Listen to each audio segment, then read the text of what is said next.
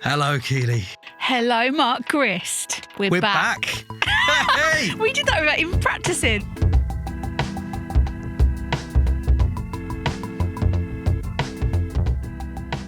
Thank you so much for joining us. Welcome back to We the Poets Season 3. Yes. We've raided the Arts Council coffers one more time. We'll have a bit of that. We've put in a long old application, and we know it's tricky at the moment because the Arts Council's having lots of difficulties with their system and everything else, and we feel very appreciative that we've got this funding. But thank you. And thank you everyone who's been listening, who's sent in reviews, emails and poems and things over the year. We are so happy to be back here. Chris is in the studio. He's given a big thumbs up and a big smile. We got all the foam here, Chris. We got plants. And maybe you're returning to us, right? If so, thank you so much for coming back. We've got a great series lined up.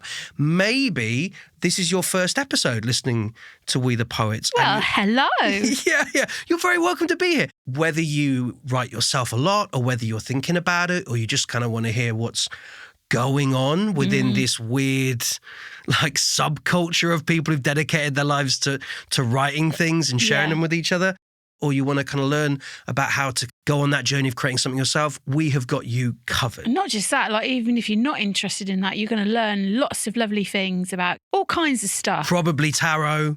That's my fault. Yeah. But it turns out there's a lot of crossover, I think, with poets being into wrestling. Yeah. And oracles. And oracles tarots. and games as well. Tim Clare, if you've not encountered Tim's work, Tim's joining us today, and we love Tim Very much. Very much. Tim has been part of the scene for a long time. He's written a lot of poems, performed a lot. We had him at Speakeasy in the Glass Onion. Speakeasy. Gosh, that must have been about like 15 years ago. Yeah. Oh, goodness gracious me. Also, Tim doesn't just write poetry. No. So he smashed at the Edinburgh Fringe. I'm hoping we can have a conversation about that, because I do think the Edinburgh Fringe was really, really important to a lot of us in starting to think about our craft outside the poem. 100%. He's written some amazing non-fiction work. The Game Changers, How Playing Games Change the World and Can Change You, is the newest book that's out at the moment. But also he's written Coward, Why We Get Anxious.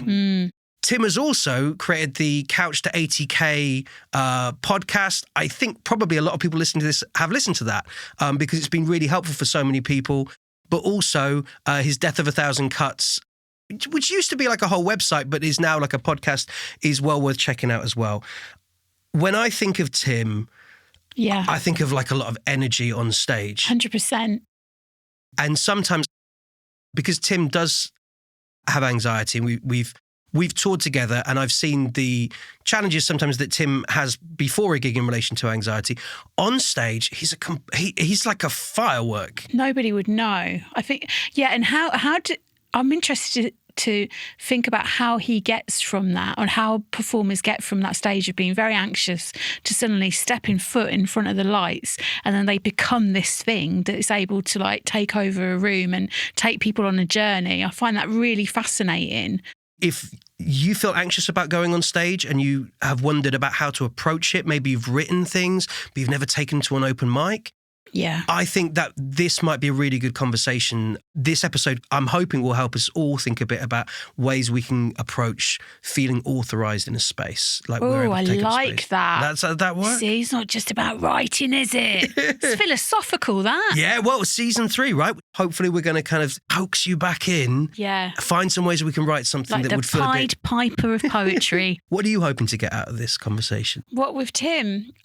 Just reconnect again. And I'm just so interested always in what he has to say as well, and how we kind of like ride anxiety or use it as well within our craft or within our life. I think I'm quite interested in that as well.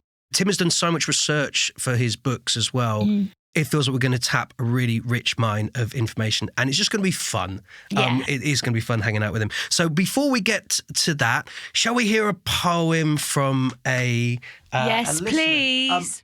So this poet, I was so excited we managed to get a poem from this poet. This poet actually saw us when we performed at Shambhala. No. Yeah. When we the Poets had the I bet hour they really takeover. liked you and really liked Charlie. They really liked all of us. They were very excited. Even me? Yeah. I'm pandering here. I'm going to wear my little panda mask. You did a great set. It was fantastic. So we, last year, we the Poets went to Shambhala. We each had a segment. We really enjoyed it. There was a poet who had performed at Shambhala the year before. I'd seen her work. I thought it was great. Her name's Ellie Spirit. She sat and watched us and we had a conversation afterwards. And she's currently published in the London Writers' Centre Poetics Lab anthology, which is totally free to access on the website. There's a load of poets from London who are in that. We're going to put a link in the description. So please, if you do nothing else after this, go and have a little read of Ellie's work in there and all the other poets. But this poem, we asked, like, do you have anything about anxiety? And so this is a poem she sent through that is called Anxiety Poem. Last night, I found something lodged in the base of my spine, and I tugged at it until my home came out. The home where I first became poison, drunk from the chest of day-old takeaway and matted with nightmares. The sun would only meet me in the dark, and no matter how tired I was, I always showed up in time to hear her secrets. She told me that if I poured any more sleep into my stomach, I would become a fire hazard. I said, "Good. Burn this room to the ground. It is holding me too tight." She said, "My dear, somewhere we are all dead." I piped myself into that house, and it piped itself into me. Grew branches up the inside of my limbs so we couldn't tell who rotted first. It would be nice to say that home poisoned me, but now that I've left it, it is standing straighter. I found a new bed and blew out the ghosts in my bones like dandelion seeds. But every time I left them under my pillow, they followed me out the door. This is what happens when you call it the same name you call yourself. I am the poison. My plastered arteries call to the walls behind my back, splatter like laughter, install in me again. Thank you so much, Ellie, for sending it through. We've loved listening to it. Right, we are excited. We've got Tim Clare here. Hey, Tim, how are you doing? I'm good. It's just kind of funny because we've done so many things together. I don't really know where to start to have a chat. I immediately nodded in a way that made it seem like I was haunted by the memories of it. No, but we have, a lot about me already. We've done lots of performance together. We've done loads of shows where we've been at them as well. Yeah, so you performed in Peterborough back at the Glass Onion when we had Speakeasy. Yeah, those days. And then we've gigged and toured together with Grave Invaders and stuff like that as well, and done Edinburgh. Yeah. So Tim had a show. Remember, you had a packed room full of people. It was like going to a pirate's den in your room at Edinburgh with all the pint glasses full of coins. That was when I was doing my show Be Kind to Yourself, because that was on the Free Fringe, right? Yeah, and so people would go in, and then when they leave, you kind of say, "Hey, if you want to drop me, a few bones to keep the lights on." And then there'd be someone standing outside with a pint glass, and then there was a little bit of merch and stuff. And over time, you accrue a crazy amount of change, and you do look a bit like you're up to something shady. Because there was pint glasses. You've got so much cash, and it's all because it's in Scottish notes, so it feels a little bit exciting and different as well.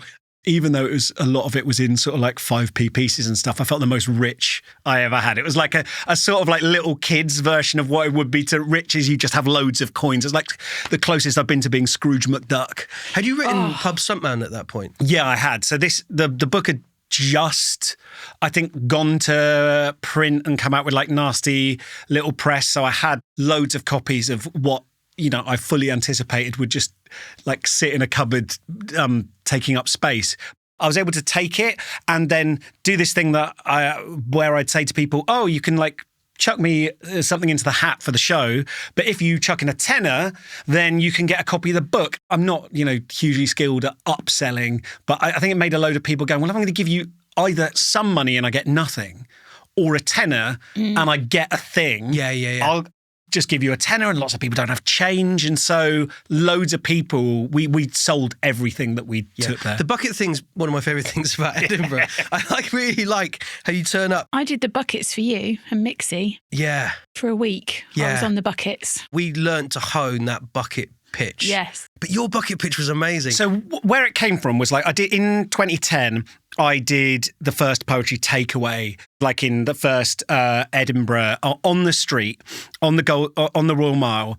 And I did it there because it was like free to, if you were doing caricatures, it said you could get a free space. And I said, well, we'll do poetry caricatures. And we did this thing where people could ask for a poem, say what they wanted it to be about, and we'd write it down. And while I was there, I got to watch loads of street performers and realise how much of their set was just the hat pitch, right? Yeah. And I remember hearing Penn Jillette of Penn and Teller saying that when they started off doing street magic, they took their earnings to an accountant after like doing it for a couple of months and were like, we need to pay tax on this. And the accountant was like, you can't. If you do, you'll immediately be investigated for being drug dealers. There's no way that anyone is making this much money from doing street performance. No one will believe you. And I saw how much money was going into those hats and I was like, flipping heck. And then they were all talking about the hat pitch and how much money they were taking over Edinburgh. And like no one goes to Edinburgh and like talks about how they're like coining it, right? I was like, something's going on here. And I found like, yeah, that there's a certain way that you can pitch to people that is all about them getting in for free, and then essentially, and I feel guilty about it, but it's about like turning the like emotional thumb screws. No one has to pay anything, but like that social pressure is like. I'm sure you had a pitch that was like, the one thing my wife Lisa asked me is like, did you sell any books, Tim? Yeah. You know, and with the newborn on the way. All I'm saying is, it was something like that. So right? you get to give people an out where you go, I'm only joking. A bit like sort of being really rude about someone's outfit and then going, I'm just joking. Like, you know what I mean? Like the sting's still there. So it's incredibly passive aggressive. And I wish I could say I was more uncomfortable about it. But when you see like the take at the end of each day, those ethics suddenly like fade away and you go, what? Everything I've ever worked on, if there's been a donation type vibe to the event, then we've made more money than if we'd actually done tickets. Yeah, and like people can leave, right, without paying, and people did leave without paying. Yeah. And what I would say is I would still like never shame anyone. If they walk past and they didn't pay anything, I'd say thank you, and I meant it, right? Yeah. Like I genuinely wasn't shaming anyone because I genuinely want stuff to be free at the point of delivery, and I mean that completely sincerely. But I agree with you.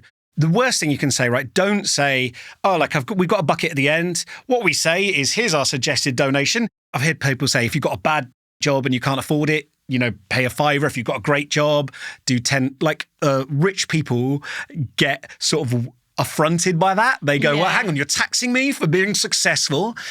If you make them feel like they might be like a respected patron, yes, you go like, you know what? Like, then they love it. But you also, I mean, you do it with a lot of humour, right? Like it's funny when you do your bucket pitch because you're kind of smiling as you're saying it, and you're kind of being quite.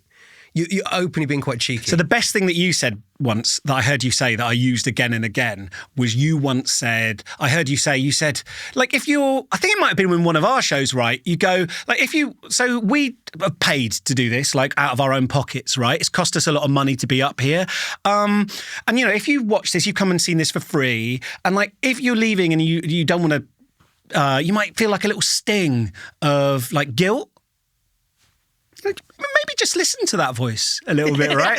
Like, and it got a laugh, but like at the same time, it's like a good little. You could just like tune into that. Maybe that's telling you something, and so you can have fun with that. I think the upselling thing as well. So that there's a push and pull. So if they do put in a tenner, or people would put in 20 quid, right? Like, then they get something. Then they feel like, well, I'm moving away from that feeling of guilt and like I'm letting someone down. I'm moving towards this feeling of getting something. So you can reward them as well. You get a book, you get a CD, whatever it is. I just think, you can have fun with it. People like, it is entertaining to them to be slightly razzle-dazzled and have a little wheeler dealer and be like a little bit like you're selling kind of dodgy goods off the back of a van, right? I also think as well, because I've done buckets for lots of different, not just like for other poets and for plays and stuff like that, people feel like when they're handing something in, they feel part of a community. I can't explain it, but they will have a conversation with you, and it just feels like they also feel, essentially, you've given them an amazing time and they're just giving that back. And anyone that doesn't put money in normally, as they're going out, are saying, I'm going to tell all my friends about it, which means you're probably going to get more people to come along. Yeah, that's true. I think when I did a bucket pitch a few years ago, I started saying, look, it's totally free. You can leave if you want to without paying anything. If you'd like to help me, you haven't got anything to put in the bucket at the moment, like spreading the word, putting a post online would be really good. And they do. Yeah. But notice that when you're doing that, that is like slightly your guilt. Like you're saying that because you go, God, I don't want anyone to feel bad, right? Yeah. And all I say is that the actual street performers who like get the biggest buckets, and you can position yourself anywhere along this line, right? You can make but they don't, and they lean in to that. They're quite threatening almost. Yeah, in a way that I feel like, why are you even doing this? But they don't want repeat business, right? Yeah. Like, crucially, they're never going to see those. They're like at an international festival. They've come from like Canada or America, or wherever. They're never going to see these people again. So they've got to bilk them for everything. I would say, like, when I've done stuff for my podcast and I've done stuff online, those people don't see me in real life to like guilt them, and people have still donated to that without having any. So I think you can, if stuff's free at the point of use, I think a lot of people will give without any feeling of compulsion, and be kind of quite grateful to you for their choice. I think that kind of consent and being able to decide afterwards, and it just gets you a bigger audience as well, naturally, right? Yeah, it does. I think Keely's right that there is a sense of community as well. 100%. And there's a sense of like, I think that is exactly it. And like, I feel weird about saying that because I'm aware that it's like I want them to go, oh, yeah, actually, you're not just giving me money. You're part of the community. Yeah. But it is true, it right? makes it equal, because it means it doesn't matter who you are, if you're into the poetry or not. It makes it different. Like theatres, for instance, you might pay a certain tier of ticket to go into that theatre and to access that play. With something like that, anybody can walk through the door and access it. I'm available for bucket shaking, by the way. Yeah. But you're absolutely right, and it's funny that I feel a little bit squeamish about like doing bucket pitches, or I feel the need to apologise for them. Whereas I wouldn't necessarily in the same way if I was doing a theatre show and people were expected to pay 15 quid a ticket. I think there's something actually much more honest and fair about like having to say to people's faces, like, this is how I make money, and then them being able to sort themselves. And if someone feels awkward, I'm genuinely not going to be like, oh, I like this person more because they gave me money. I like this person less because they didn't. That genuinely doesn't come into my mind. So how many shows did you take to Edinburgh Fringe? I've taken 1, 2, 3, I think 5 live shows, because we did one. I did 3 solo shows, and I did one with R16 in 2011 with John Osborne and Luke Wright. So, what were your favourite moments at the Edinburgh? What have been your favourite pieces on stage for you just love doing? That is a big question. I often used to finish shows with doing a piece over beats, and I would really enjoy doing that, partly because I think there's just that feeling of you're at the end of the show. Mm-hmm. I did one that was a rap with at the end of How to Be a Leader. What a thin premise for it was very Horrible Histories, right? I in fact, I'm pretty sure Horrible Histories has done almost exactly the same thing. I did battle raps in the persona of different women from female leaders from history. I think partly it was guilt out of the show. How to Be a Leader was mainly about horrible dictators, right? And so I naturally hadn't featured many women because a load of the worst people in history, it turned out, wielding power unwisely, were men. So I was trying to have my cake and eat it, and I think I sold it to the audience as a bit I'm going to do something very, very worthy now, and I just want to celebrate. But it allowed me to finish the biggest rap at the end was as Margaret Thatcher, and people would be applauding, and it was it's just very funny because I'd been doing fairly solidly liberal and progressive audiences who are getting really amped for me doing pieces in the persona of Margaret Thatcher as just being this kind of aggressive, little. Yeah, your whole posture changed as well. Can you remember any of it? There was a line that was like, "Iron Lady, you do your own effing ironing." I think this is just like wrestling heels, right? This is like the whole, like, the idea of like people love to cheer a baddie, right? I love stepping in. I love, like, essentially the mask work of a poem where you can like signal to the audience, this isn't me. I'm stepping into a voice now. And then we get to explore what it's like to be like just like a rotter, just be like horrible. And people get excited by that.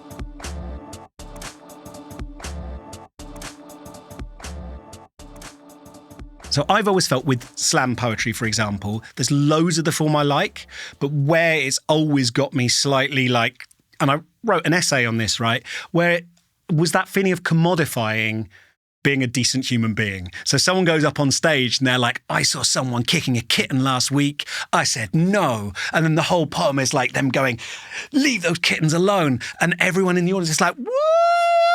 And then 10 points, everyone gives them 10 points because like you wouldn't want to be as a judge go, and like have your score that you're giving the slam poet to be confused with you disapproving of kicking. And there was that commodifying of like political sentiment. And also trauma sometimes. Yeah. That worries me with sometimes young poets going to slam. I've judged slams. Yeah. And they've not won.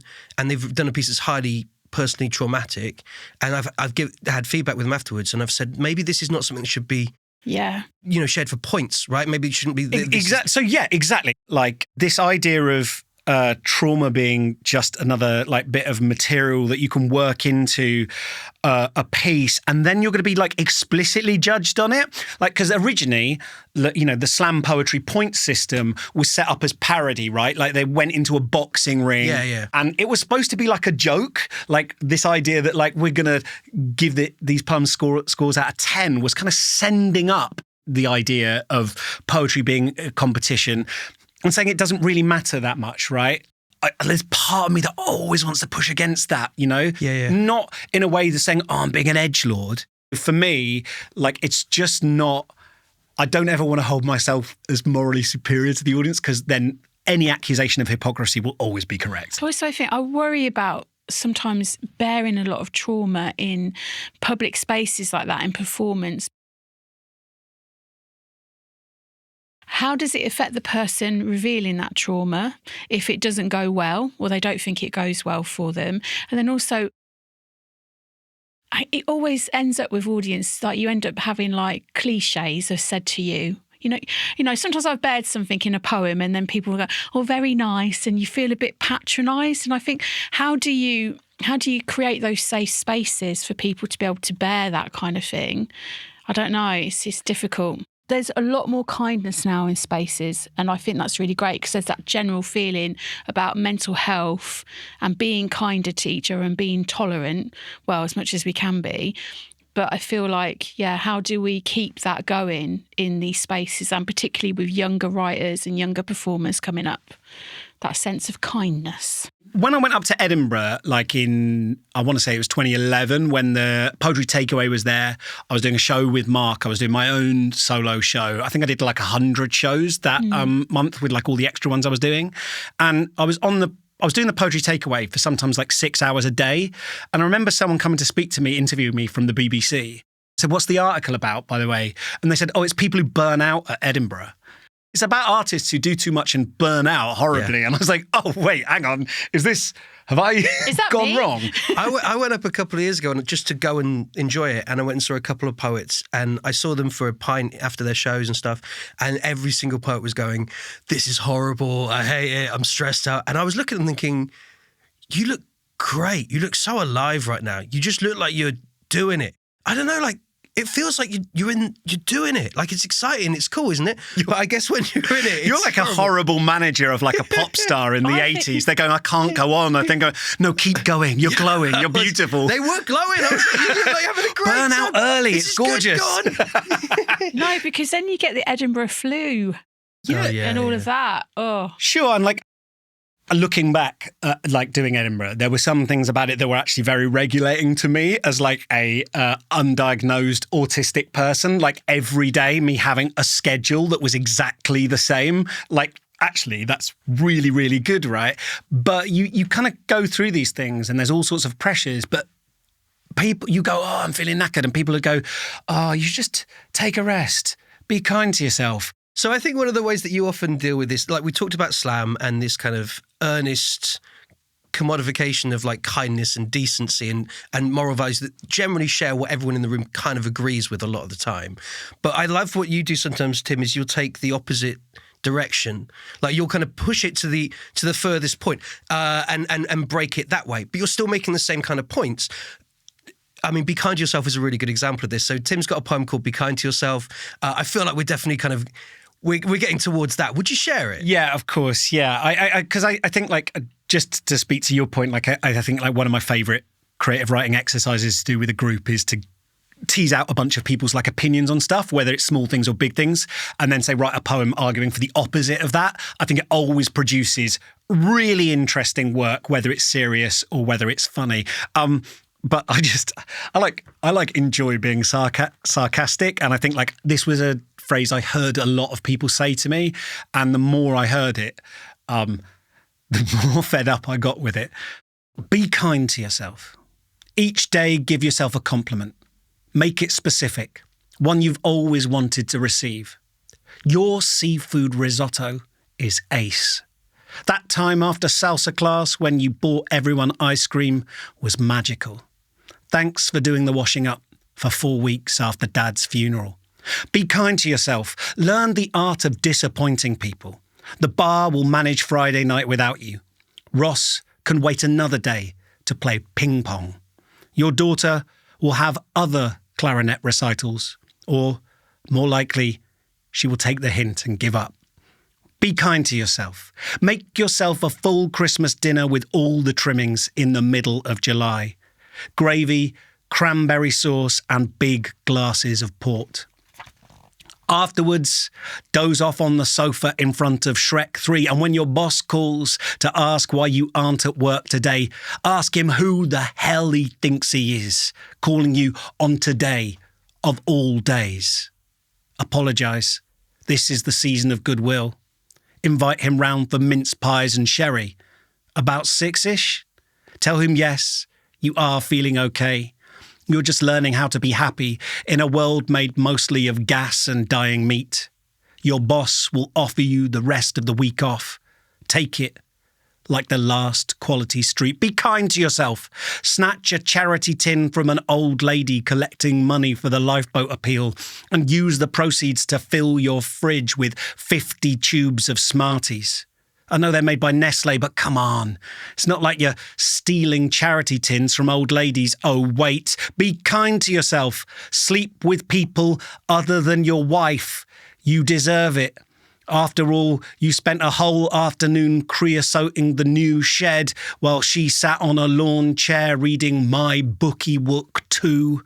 When she discovers your infidelity, she will probably say, "Fair play, mate." Laugh and slap you on the back. Yes, it's what I'd do. Be kind to yourself. Stop leaving the house. Outdoors, there is weather and cat mess. Why put yourself through that when there's a leftover turkey right here under the coffee table? Let answer phone messages stack up like song requests on a pub jukebox.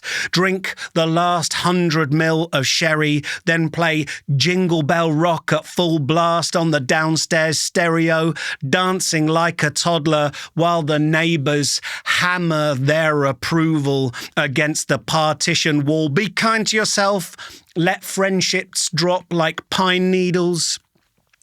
Save on laundry by wearing nothing but a powder blue dressing gown. Allow yourself to come unmoored from the sun's glum, luckless circuits. Leave the lights off and walk through your house at 2 a.m. You will feel like a ghost, haunting scenes from his old life. Unwashed plates heaped in the sink like manuscripts. A dim, mauve diamond of moonlight picking out fridge magnets and an obsolete to-do list. Drink the last 5 ml of port. Call your ex-wife and listen to her breathing before she hangs up.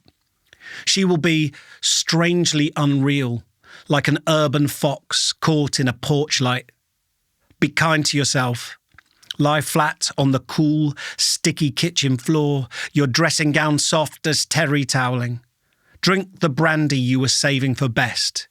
You are excellent at noticing life's little absurdities. Well done for creosoting the shed.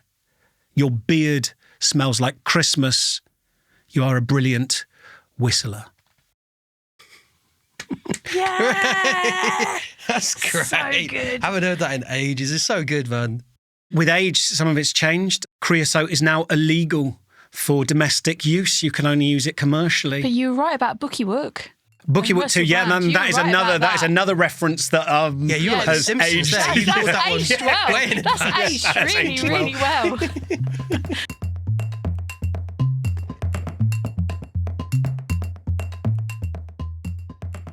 Tim, I'm going to ask you a question. Why do seemingly a lot of poets like board games or playing games? Poetry is essentially a form of game, right? It's not like an efficient way of using language. It makes language work harder than it usually does. And the philosopher Bernard Suits talked about a game as the voluntary attempt to overcome unnecessary problems, right? That is what you're doing in a poem, right? Well, I'm doing a limerick. Oh, the first, second and fifth lines have to rhyme. That's unnecessary for me to say that a man did something rude, right? Like I could just tell you that a man that had the wind or was naked or something like that. But it's more interesting if I set these completely unnecessary constraints, and then it's a bit impressive, or it might be funny, or it might force me to say something that I wasn't expecting. That's the whole Oulipo philosophy, right? They were a reaction against the Surrealists, and the Surrealists were going, oh, we're just going to talk about whatever we want and we're going to let our minds be free. Look, here's a clock that's gone all floppy. Whoa, here's a man, his head's an apple though. Whoa. And the Oulipo very seriously said, I don't think you're actually like getting in touch with some authenticity. You're just like repeating stuff that you've absorbed from society and you're not thinking about it. As soon as you put a constraint in place, you're actually forced into like new little alleyways that maybe you wouldn't have explored. Maybe that rhyme makes you say something you didn't mean to say, but now you're saying it. It feels right. And so that is why I think games and poetry, the idea that I think everybody in the world is a game player in one way or another, right? I think that's what being human is. But I think poets love overcoming unnecessary obstacles. That's basically what a poem is. Fantastic. But you've been playing a lot of games. Have you been writing a lot of poems of late? Because you've got a gig coming up at Latitude, right? Yes, I'm doing Latitude this year. I think it's the 20th? It can't be the 20th anniversary of Latitude. That sounds crazy. It's definitely an anniversary year, and I think I've got a horrible feeling it might be, if not the 15th anniversary, then the 20th anniversary, right? When was the last time you performed at Latitude? Cool. I would say maybe 2014, 2015, maybe 2015, Whoa. right? Wow, so over 10 years ago. Yeah, so like I've been there since, but I've not performed poetry there since.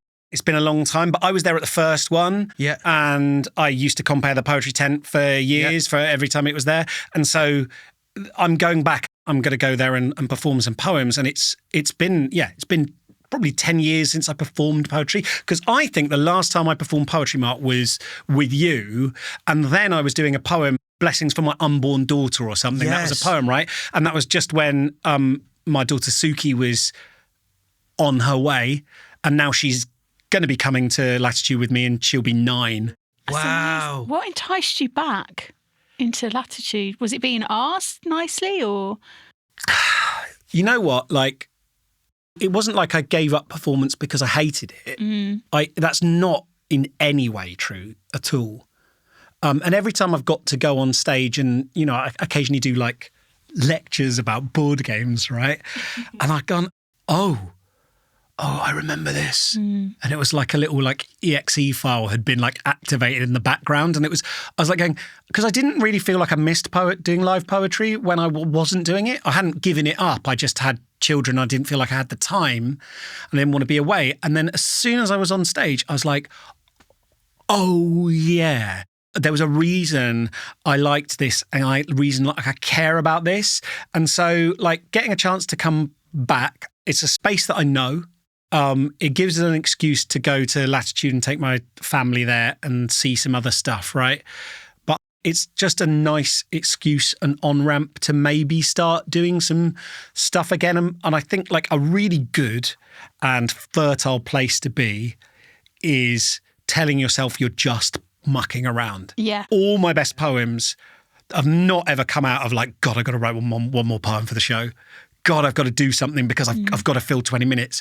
Like basically, if I've had to do my taxes and then I'm like, or I could finish doing this poem where I've got to like do a list of what's the best job for a chimpanzee to have. That is going to take precedence, right? Because it feels like skiving and it feels like mischief. And I think all the best and most fun and most fruitful creativity for me comes from a sense of like being a bit naughty.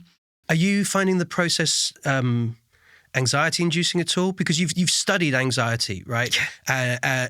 And I would say we've all changed a bit in the last 10 years. Like for me, I now write mostly for kids because I visit schools all the time, and I had an adult gig. But almost like when I turn up to those gigs, I feel so much more anxious and stressed about those gigs than kids stuff. I'll just kind of rock it out and it's fine. I don't know how you're feeling about your writing. I've changed it. I think recently what's happened to me is that I've had anxiety. I still have anxiety, but I've recently kind of created an oracle deck for a project I've been doing with my husband.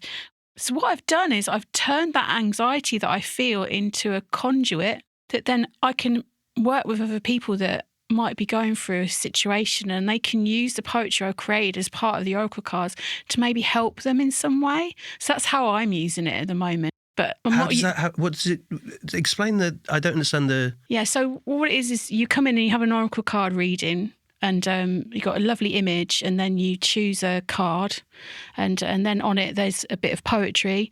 A divination is what. So you draw one card? Or? Yeah, you can draw one card or two cards or whatever, and you can ask it a question. You can do it every day if you want to, and then with that, I did some oracle readings recently with 25 people in a weekend, and it was so lovely to sit with people and them having a reaction to your poetry and also what you're divining for them, and they're kind of like then expressing moments of their anxiety or worry and having that really special moment, and I'm really enjoying that rather than kind of getting up on stage at the moment, which I'm hoping to do again. But yeah, so I've found a way to do it in that way. It's a bit unusual.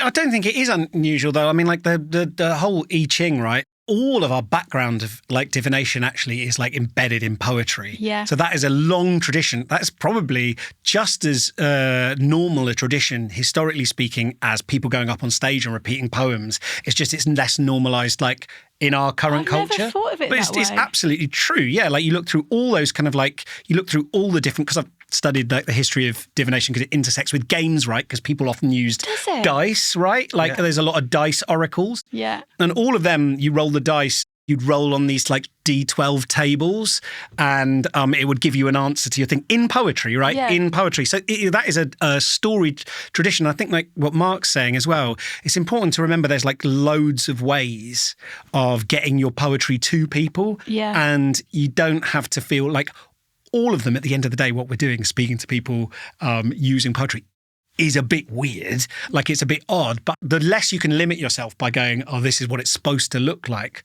the more you'll find something that fits and feels natural. Yeah, it's really interesting for me because I feel like as I'm writing it, that I'm actually healing my own anxiety and my own issues kind of thing, which I think is what we assume poetry and creativity does, that somehow it kind of heals us while we're creating. Yeah, there's that phrase in it, it's art, not therapy, but it always kind of is therapy as well, isn't it? Like the process of writing something.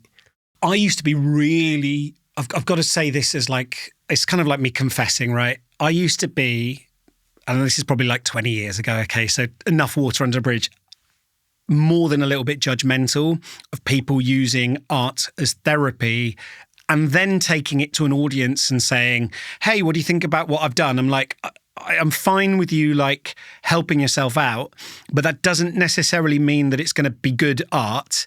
And then if you're taking it to us and then asking for approval and maybe even asking people to pay for it, then at some stage are you putting like a kind of burden on us to not hate it, and we're like having to carry you.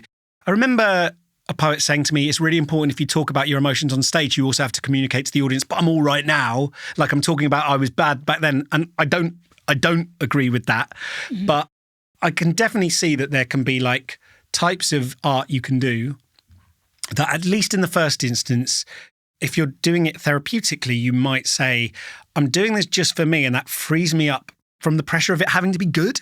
Or it is good, but it's good in the terms of it's therapeutic, and that's what makes it good, right?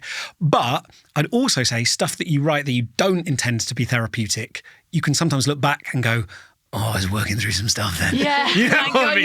Yeah. Like often, like it will just squeeze out in interesting ways. Yeah. I think, so Tim and I play Dungeons and Dragons, and Tim is my DM, and we've often laughed about how, like, you make a character in Dungeons and Dragons and it's a fictional world, a fictional character, but you get about a year or two into a campaign and you start to realise this character is kind of like some weird part of your own psyche. Yeah. Like, because you've been playing them for so long and you think that it's like a joke, that they're obsessed with this thing or whatever, and you kind of go, oh no, there's part of me that is a bit like that. And I definitely think, like, with all elements of storytelling, I do think the journey of telling a story is diving into aspects of your psyche, whether you want to admit it or not.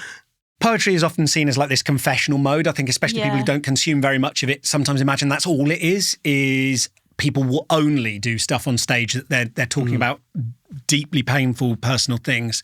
And I think there can sometimes be a pressure on new poets to feel like they have to disclose stuff like that. Otherwise they would, because they might see a slam we poem. talked about with slam, right, as a good example of that situation. I think I have worked with young people and they have felt from chatting to them that is expected. For a poem to be good in that environment, for them, they thought you should be digging as deep as you can into yourself. And often I think people assume that the deeper thing isn't the holiday that went really well, that you had a really nice time with someone. It's actually the moment that something really scary or really painful has happened that you haven't really resolved. And so, yeah, they get some people get caught up in that, I think. And I would love for people to realise or to be affirmed in the idea that poetry is a big tent. And there's this idea that your voice is like, I want you to develop your voice as a poet. And there's this idea that what that means is that whenever you say something, every poem should sound exactly like you and exactly the same. And for me, like, developing your voice is actually developing how many keys you've got on the keyboard. It's about your range and the masks that you feel comfortable and you feel like you have permission to put on. So, the scene might feel like it's being very affirming by saying, oh, there's this aspect to your identity, do a piece about that and lean into it, right? And talk about how difficult you find it. We love that poem. And that person might then feel they don't have permission to then do like a goofy poem with like dad puns in it, where people go, oh, I felt that wasn't really your authentic voice. That was you trying to appease people. And this one is you and you being authentic. And then there might be someone who is seen as being a kind of like jolly, kind of like a dad person who would do these kind of like, like a John Hegley-esque, like light fun piece, who wouldn't feel like they were allowed to do a piece about trauma or something difficult. And there's all these ways that your audience and promoters might subtly or explicitly reward you for doing one kind of piece and sort of dissuade you from exploring other things. And I think for me, what is important is people feeling that they have space to explore all these different aspects. Otherwise, you get audience capture, right? And also as well, if we think about it in mental health terms, we're not our anxiety and we're not our trauma and our worries and our depression all of the time, are we? We have lots of different facets and emotions within ourselves that we should be able to express. But the masking thing is interesting, I think, as well, because you said about masks. Yeah. We're both big fans of MF Doom, right? Yeah. And the power of a mask. And I think everything, like the entire concept from MCs that I work with of like your rap name is a form of mask. It's Slim Shady is not Marshall Mathers and stuff like that. You putting on these masks, these female leaders at the end, as you're kind of playing with that. To what extent was your research on like anxiety, but also maybe your diagnosis of autism made you think about masking differently and performing? I think like MF Doom is a really good example of someone like that. Every now and then, like a transfer window will open up where we can try and sign new people onto the team autism. And like MF Doom, I can't do it posthumously, but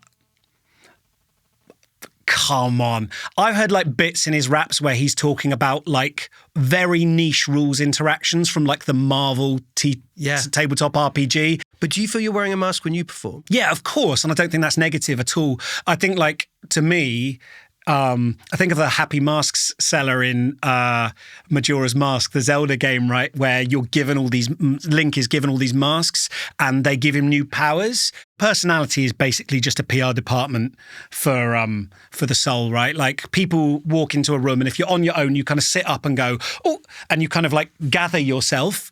You check that your mask's in position, and that's not pathological. That's just what we do, right? Like, are my flies done up? Right. Okay. Now I'm ready to present the person. You kind of, you bolt awake. And I think what matters is consciousness and consent.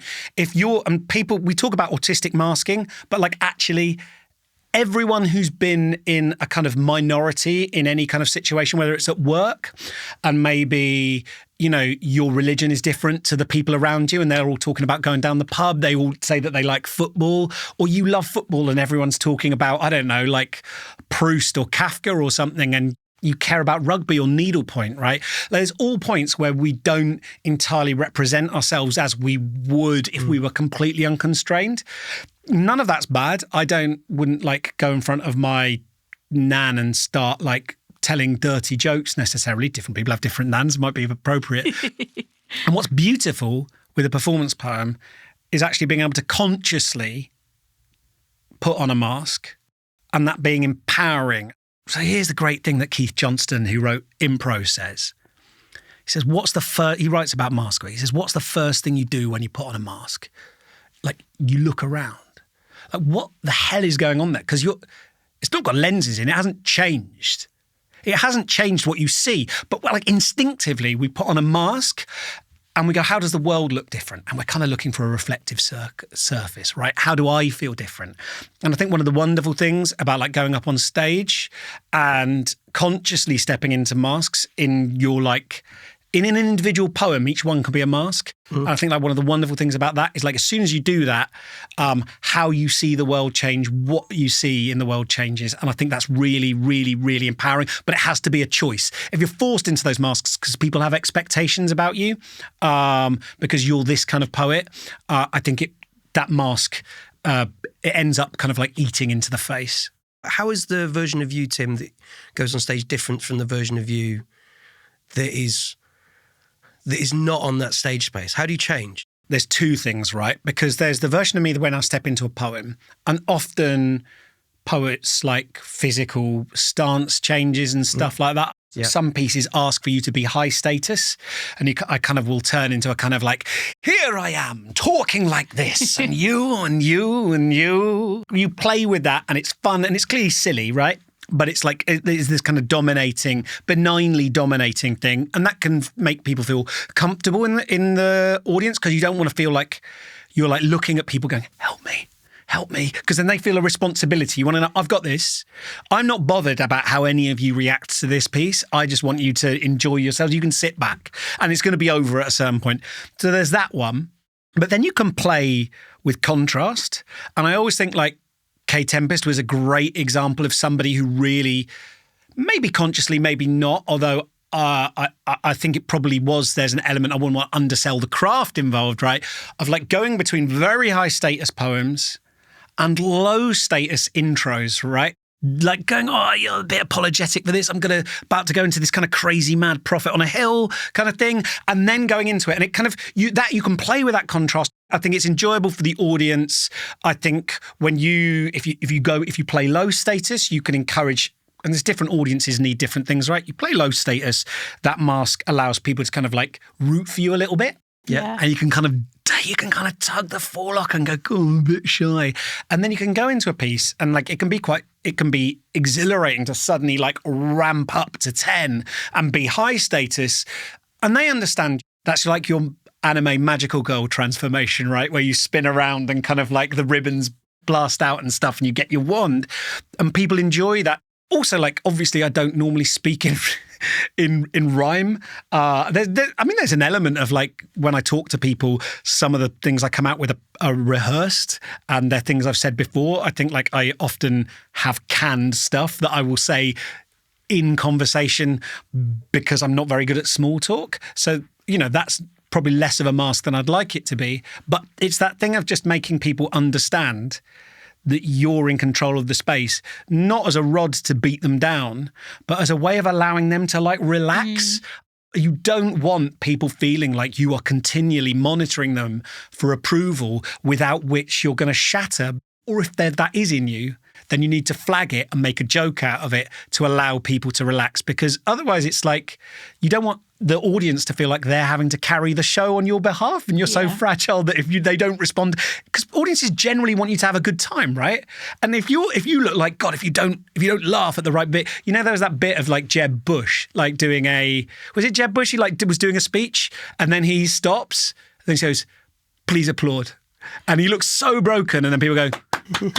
and then you're just like, oh no, oh God, that is so you just go, you can make a joke out of it, but you can't beg people for an applause break. Keely, what's the mask that you put on when you perform, do you think? Oh gosh, a more confident self, I suppose. I'm talking about that higher status, about control.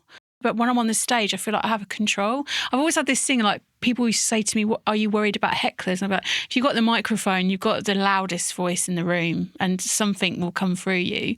Yeah, I don't know. I enjoy it. I enjoy putting on that mask. And if I don't do it every so often, I drive the people in my real life crazy. I often say this, that if I don't have a moment of getting on stage and performing in some way and getting some kind of adoration, which obviously I feel I must need, then I'm an absolute nightmare in real life. I can be. We have so many of these in teaching, I think. We don't openly talk about it too much in teaching, but definitely the idea of some people say don't smile till Christmas. It's the idea that you can start quite stern. Yeah. You can't go back. If you're super nice and light with a class and they start messing about and then you go stern, it's like you break a social contract with them and it kind of gets weird. I see teachers all the time when I go into schools and they're doing they're putting on that mask of being in straight lines, in silence, and I know what they're doing. That's not how they feel. I can wear a bouncier mask. And when I do school bookings, if it's not quite tight, sometimes if it's all a bit kind of disorganized and students just come in randomly, and sometimes they will, some students aren't focused, right, in that situation, I will stop and I go, "Hi, I'm sorry, I'm just going to stop right," because I used to be a head of year and I put on a bit of a different mask and I kind of tell them off a bit and it's mad awkward, but you kind of get through it. Yeah. I think for me, when I put the mask on, I'm a bit like Jim Carrey, the mask. Yeah. So for me, it allows me to say all the crazy, over-the-top stuff and be all of that for 10, 15 minutes. And then I can go back to just being very chill afterwards. And I kind of get it out of my system. Yeah. That's what I use the mask on perform. But when I was a teacher, I did that. There's often a tension, right? The one thing I will say is whenever you are basically bringing something to an audience where you're talking about some issue that's yours, you've got some kind of challenge or marginalisation or whatever. The temptation is always to basically, see, this is a bit of masking, is to basically make it safe for them by throwing yourself slightly under a bus. So I've talked about this with Byron Vincent a lot because we've done stuff about mental health. And it's to what extent do you make the audience comfortable with you going, here's me having a kind of psychiatric episode where I'm seeing things that weren't there. Here's me talking about depression or anxiety. Here's me talking about being autistic. Here's me talking about alcohol abuse. To what extent do I go, don't worry, I'm one of you? To what extent is that you sort of bowing and scraping and accommodating to make them feel comfortable? Yeah. And to what extent, because I don't think it's simple, right? To what extent you don't go into a room and just shout at people and go, "You'd never get this. Here's something upsetting and weird that happened to me that was upsetting when I went through it. Now I'm just going to give it to you unvarnished with no art around it. And if you don't like it, you're ableist." That's not okay either. So to me, it's it gets you back to why am I telling these people this in the first place? And what's the accommodation I make? And to what extent is making people feel uncomfortable part of learning and changing and them growing? I always think of my set as a funnel where at the beginning I'm saying the easiest, broadest, kind of safest things and just establishing, if you've come here and you're spending time to watch me, I'm not going to start going, you small-minded idiots, right? Like, and I genuinely want those people to have a great time. And then you can go in and maybe 2/3 to 3/4 of the way through, you can say your most sort of like tricky, challenging, like grit in the pearl thing. And then at the end, you can have a little palate cleanser that makes people feel refreshed, right? And that's the kind of like deworming pill that I'd try and like shove into the dog treat, right? And you might be listening to this thinking, this isn't your bag, right? You might be someone who writes poems and you think, I don't want to wear a mask when I walk up on stage. I just want to share the work. I know that some poets I've met feel that the idea of like creating something that is in any way entertaining or plays with those things, I think some people even think it's like cheating or something, or it's a different thing, which I find a bit odd. But I do think whether you're wearing a mask when you go on stage or you're not, you are transmitting status in how you operate. Your audience are going to take on different aspects of your persona. And I definitely, personally, from having done the rap battles as well, from chatting with battlers, the idea that you would go in fully into that space unvarnished as yourself, if it fails, it can sting people. I also think the mask is protection. When I first started performing, I was kind of trying to find out what that persona, that mask was. And now I know what it is. I put it on and then whatever happens, happens. And I can get an enjoyment out of it, even if the gig's gone badly or whatever. And then I take the mask off. I'm still Keely, but I think you need that mask as protection. I think it helps you. I think it supports you. I think so. You know, one of the things I loved about doing this podcast, I feel that when we get people in here chatting, what's quite nice is like a lot of that performance mask is taken off. Yeah. And normally poets that we've met and we've gigged with, you see each other a lot of the time when you've got that performance mask on. Yeah. Even backstage, you know, hanging out and stuff. Well, it's so really I think it's been hard. great having these conversations where we kind of take these. Because normally when we see each other, we're getting ready for a gig. So you put in the mask on, and then when you come off, you need that time to just take the mask off. And it takes a while. I want to say that I think it's not even so much like, for me, protection as just kind of like an organising logic of why I'm here and what am I doing. That. You know, the same with like you being a teacher and stuff. The reason you might not be like, hey guys, or like chat someone what you're up at the weekend is like, actually you've got a role which is to help facilitate them learning stuff, right? Yeah. So it's not just about control. It's like this like reduces a bunch of, it like prunes a bunch of behaviours that I don't need to do. And it's like, why am I doing this and what am I here to do? And it helps direct your decisions. We've kind of been dancing around the fact that with all these live events, some of our best memories of them are stuff that arises spontaneously in the moment and can't be repeated. Yeah. And I think that's why the mask can be like just like a useful anchor, because what it does, it's an organising principle, but it's not a script. Yeah. And that is really handy for me because basically it allows me to be alive in the moment. Because otherwise, why am I not just sharing a video, right? Like if I'm going to be in the room with you, it's not like the whole thing is going to be freestyled, but I want to be able to respond as a human in the room. Yeah. And I think what it can do is it can give you a sort of organising principle, a way of things coming together that allows you to feel like when you're on the microphone, you said like you're the loudest person in the room, you said it will just come to you what to respond to. Yeah, it gives you a certain sense of, it kind of streamlines all that stuff in a way that can be really useful. So I think that's the other thing as well, is it allows you to be there. Yeah. Well, how about this? If you've been listening to this, maybe some of this conversation about craft and mask work speaks to you. We would love to hear a poem, maybe writing the worst possible advice or taking an issue or a theme and diving into what is the opposite perspective of the sensible decision on it. Like maybe we need more plastic in the ocean, right? What would you like to write about and play with that different persona, that different kind of mask? Yeah, you imagine that this kind of evil mask, you're picking it up and it attaches to your face and it makes you write the opposite of what you wanted to write. What's it saying when it's got control of the pen? Because you might be able to make just as good a point or an even more engaging point for an audience as you would if you go straight down the barrel of giving the decent, honourable, respectful take on it. Yeah, the essence of satire, right, is disingenuously accepting your opponent's position and then just allowing it to play out to its logical conclusion. Often that reveals it to be incredibly stupid. We would love to hear it. If you want to have a go at writing one of those pieces, send us the audio. We love WAV files over here. Send it over to Mark at wethepoets.com. We've got some space on the rest of this series. We will definitely try to play a bunch of these on the show as we go through. Shall we have a listen to a poem that's been sent in by someone? This is a poet that you know very well, Keely. I do. I love them very much. This is from Sandy Wardrop, a good friend of ours locally in Peterborough. Sandy Wardrop has written a great poem he's written called ADHD Liberation.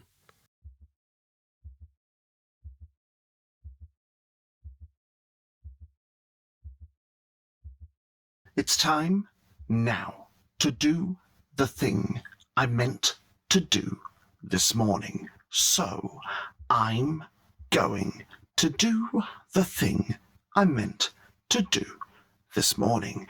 And when I have done the thing I meant to do this morning, then I will feel good for doing the thing I meant to do.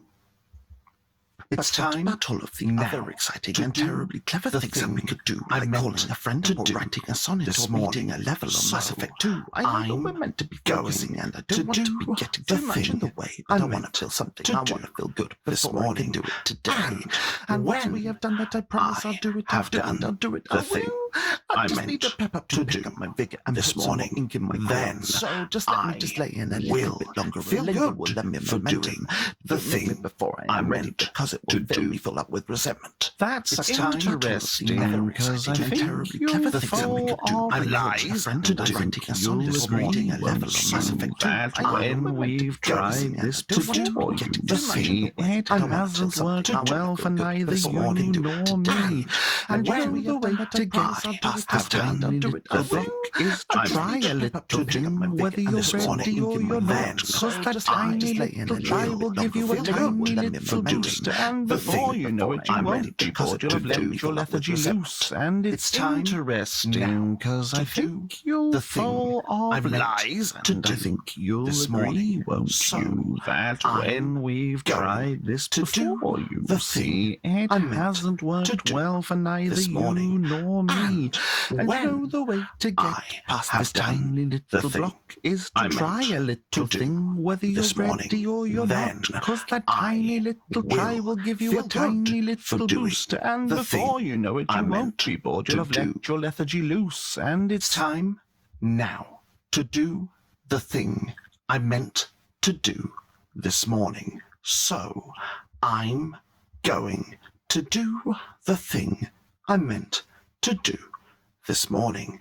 And when I have done the thing I meant to do this morning, then I will feel good for doing the thing I meant to do. Thank you so much to Sandy Wardrop for that great piece. Sandy, if you want to check out his work, you can find him at Sandy Writes Things. We'll put a link in the description. What did you guys think? Well, Tim, you're looking at me. Okay, I think my response probably not what maybe Sandy expected, but I got quite emotional and felt very teary. I think because I have someone very close to me that has ADHD, and I just felt a bit like, yeah, I get it.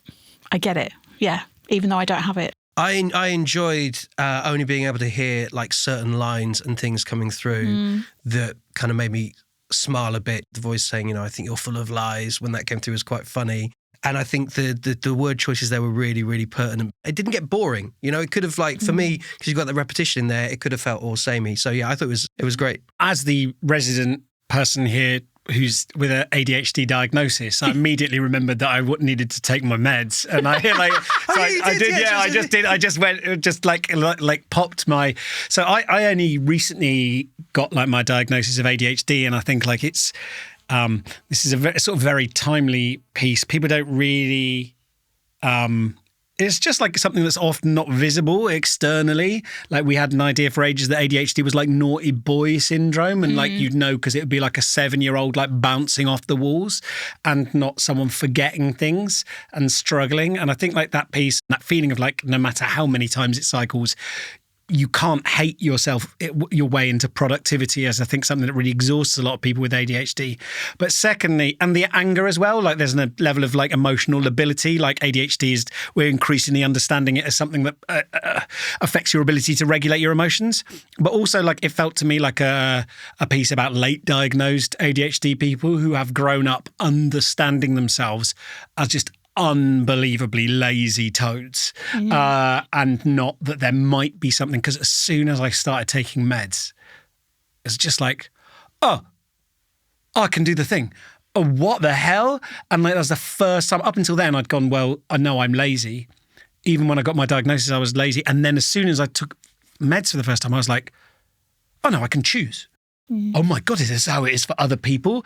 And humour's a great way into like deep emotions. I think that's what it did really well, was be like funny, but like poking at something uncomfortably true. Yeah. I did. Yeah. Like I said, some of it made me laugh, but in the end, it made me cry. I think it's the first piece we've had as well on the podcast that had this kind of, it really played with the format of recorded audio in a way that you couldn't do in the same way if you're doing it live. I've only occasionally on stage done a couple of what we pretentiously would call polyvocal pieces, but where you have like more than one poet and you can do that kind of layered stuff. And I think it's a great form. I think not enough people feel free to kind of like explore that, because when it works well, you can do it simply, you can do it complicatedly. But if you want to do something like that live, you just work with more than one person. I think it can be a really impressive centerpiece to sets. And Sandy, you've set the bar very high with that. That's a really good example of how it can work. That was cool. Mwah.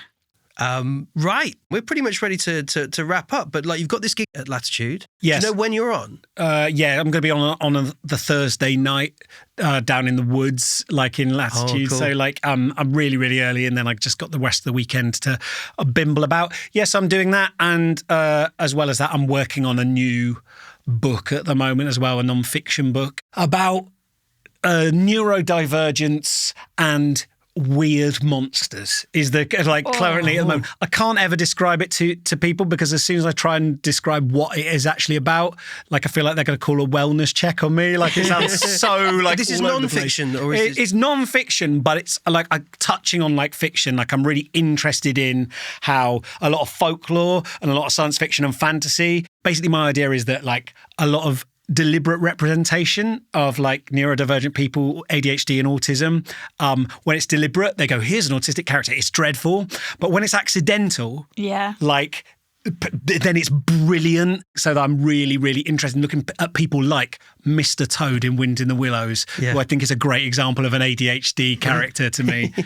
Yeah. Love it. That sounds incredible. Okay, that sounds great. Well, thank you so much for joining us today, Tim. If people want to follow your work, where should they go? So I've got a website, which is called timclarepoet.co.uk. That still exists, and you can go there.